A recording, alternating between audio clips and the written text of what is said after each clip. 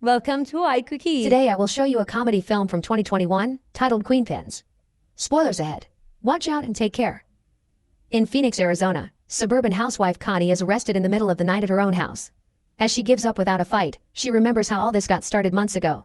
Connie is a former 3-time gold medal winning Olympic race walker, but this isn't the kind of thing that makes you rich or famous. Nowadays she lives with her husband Rick, an IRS auditor she has a very tense relationship with. Because they weren't capable of having children, they spent a lot of money on treatments, but sadly, when Connie finally got pregnant, she lost the baby. That's when Rick decided to take a traveling position at work, so he can be away for 3 weeks every month. When he's home, he doesn't treat Connie well, constantly reminding her that she's jobless, that they lost money because she wanted to do multiple treatments when he was ready to give up after the first one, and scolds her for spending too much money on her obsession with coupons. That bit about an obsession is real. Connie hoards coupons and then buys things in large quantities, putting it all away in the nursery to cover the walls and forget about her loss. The good side of Rick not being around so much is Connie getting the chance to befriend her neighbor JoJo, who has a YouTube channel about saving tips and is coupon obsessed too. She lives with her mother Josie and is having trouble finding work because her identity got stolen not so long ago. In her free time, she flirts with the mailman Earl and sells makeup door to door, which isn't going very well either. Whenever Connie goes to the supermarket, she gives cashier Greg dozens of coupons for her purchase. It holds back the line for a while, but it also means her final ticket goes from over $100 to $16. Connie always likes to say that if you watch the pennies, the dollars will take care of themselves. One afternoon, while putting away the groceries on the shelves, she gets upset when she sees the baby wallpaper among the boxes, so she decides to eat a bunch of cereal as if it could heal her depression. The cereal turns out to be stale, so Connie uses all her current in her anger to send a complaining email to the cereal company. A few days later, Connie receives a coupon for free cereal in the mail with a letter from the company apologizing for the stale product.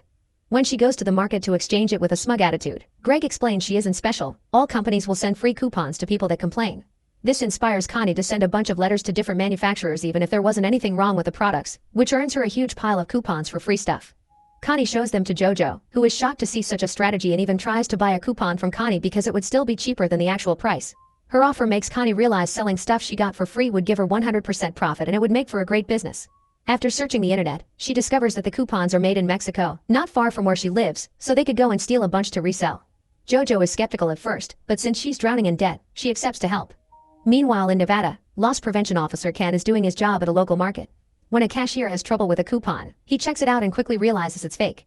The manager asks if they can honor it anyway because the old lady has been their client for decades, but Ken refuses because rules are rules. Ken's manners are incredibly poor, earning him some insults from the old lady. A similar situation happens later when he gets on a plane to return home. A mother asks him if he could please switch seats with her daughter so she can watch the landing to help her calm down, but Ken refuses like a twat, saying it's an important lesson for the kid to learn. When he finally arrives at his lonely apartment in Utah, Ken yells at the TV in frustration. The next day in Mexico, Connie and JoJo make it to the coupon factory and watch the employees end their shifts. They decide to approach Alejandro and Rosa, a couple that is already breaking the rules but doesn't look too dangerous. The duo follows the couple with the car and they think they're about to get robbed, but after Connie and JoJo clarify they're there for help, they are welcome at Alejandro's house to have a little chat. It turns out Rosa is pregnant and their salaries are a joke, so it's easy for Connie and JoJo to come forward with their offer. If the couple steals coupons for them, they will resell them later in the USA and share part of the profits. Alejandro isn't sure it's a good idea, but Rosa convinces him to do this for the sake of their baby. Making a plan isn't too difficult. The factory is divided into printing, where Alejandro works, and redemption, where Rosa works. Each side usually doesn't know what the other does. With every coupon they print there's always an extra that is supposed to get destroyed, but Alejandro can ship those extras to Connie and JoJo when their trucks do their distributions around the USA. There will be no problems at the border because they'll only see a box with coupons, not a legal activity. A few days later, the duo gets their first box with coupons, so they make a simple website to sell them and promote it on Connie's channel. Their business quickly becomes a success, earning them tons of money, but the supermarkets soon start noticing too. Ken receives dozens of letters and phone calls from managers complaining about all the money they're losing, so he begins a thorough investigation until he can find a credit card number behind one of the many purchases made with these coupons. After 11 days of work, Ken goes to see the housewife that used this coupon and learns about the website that sells them, promoted by a black woman on YouTube. When Ken returns to the office and opens the website, he finds a motto: if you watch the pennies, the dollars will take care of themselves. Back to the duo, they're upset to find their PayPal account has been frozen because it's received too much money too quickly. To unfreeze it, they need to prove they're running a legitimate business. They don't know how to do this properly, so in their desperation, they decide to contact Tina, who is a famous hacker on the dark web. Tina scolds them for promoting this so freely because it can be all traced back to them, so after deleting JoJo's videos, she explains they need a front for their business so they can clean their money.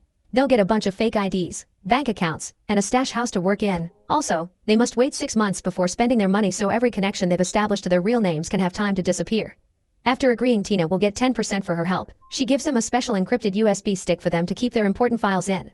Thanks to Tina's quick thinking, there are no clues left on the internet for Ken to follow. He goes to the FBI and gets told they'll look into it, but actually, they find a problem with coupons to be laughable, so they throw the case to their lowest desk worker Albert. Since he has nothing better to do, Albert accepts the case. Using JoJo's cosmetics brand as a cover and Tina's fake IDs, the coupon scam begins growing into a very profitable business again while Ken leaves messages for the FBI every day. 6 months later, the duo is ready to spend their money, but they remember Tina said it's dirty, so they have to clean it first.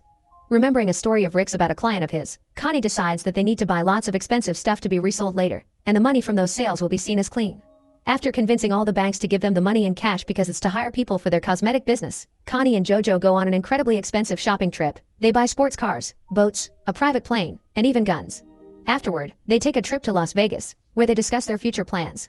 JoJo will pay for her mother's mortgage, and Connie wants to try the fertility treatment again. Meanwhile, Ken finally receives the call from the FBI he's been waiting for.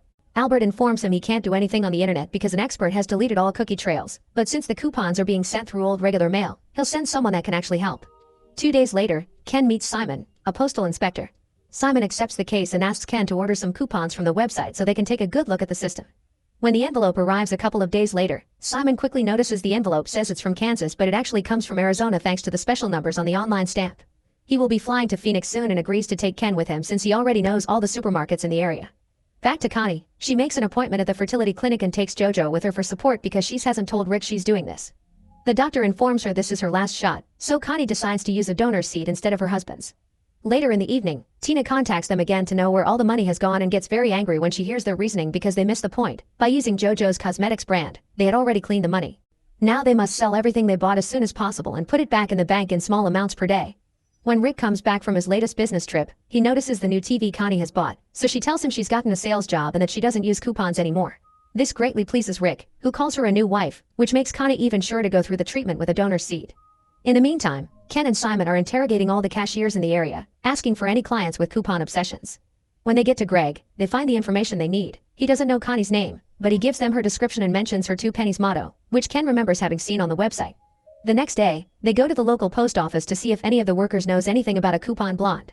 Nobody remembers Connie, but when they hear the word coupons, they snitch on Earl because he always was watching JoJo's saving tips on YouTube. Back to the duo, selling all their stuff on eBay is becoming too hard because there's so much of it.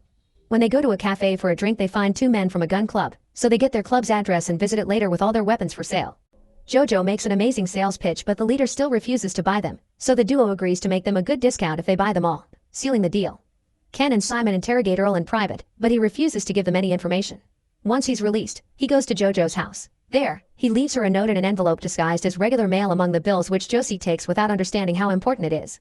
What Earl doesn't know is that Ken and Simon have followed him there, and now they'll do surveillance outside the house for as long as they need. Night has fallen by the time JoJo comes home, and the men realize this is the black woman the housewife had seen on that YouTube video, when JoJo comes out of her car and begins dancing in the middle of her driveway to celebrate the amazing deal she made earlier. The next morning, JoJo is distracted by an argument with Josie and pays no attention to the mail, so she drives to the stash house as usual. Ken and Simon follow her there and see Connie as well, realizing she's the blonde from Greg's description. Simon gathers other postal inspectors to begin the operation properly, and now they have more details. It's very easy for them to find Connie's and JoJo's identities, especially when they show a picture to Greg and he confirms it. Later that night, JoJo can't sleep, so after checking on her mom, she goes to the kitchen to get a snack. That's when she finally finds Earl's note urging her to leave town, but it's too late. Simon arrives with his men and arrests Connie, JoJo, and Josie.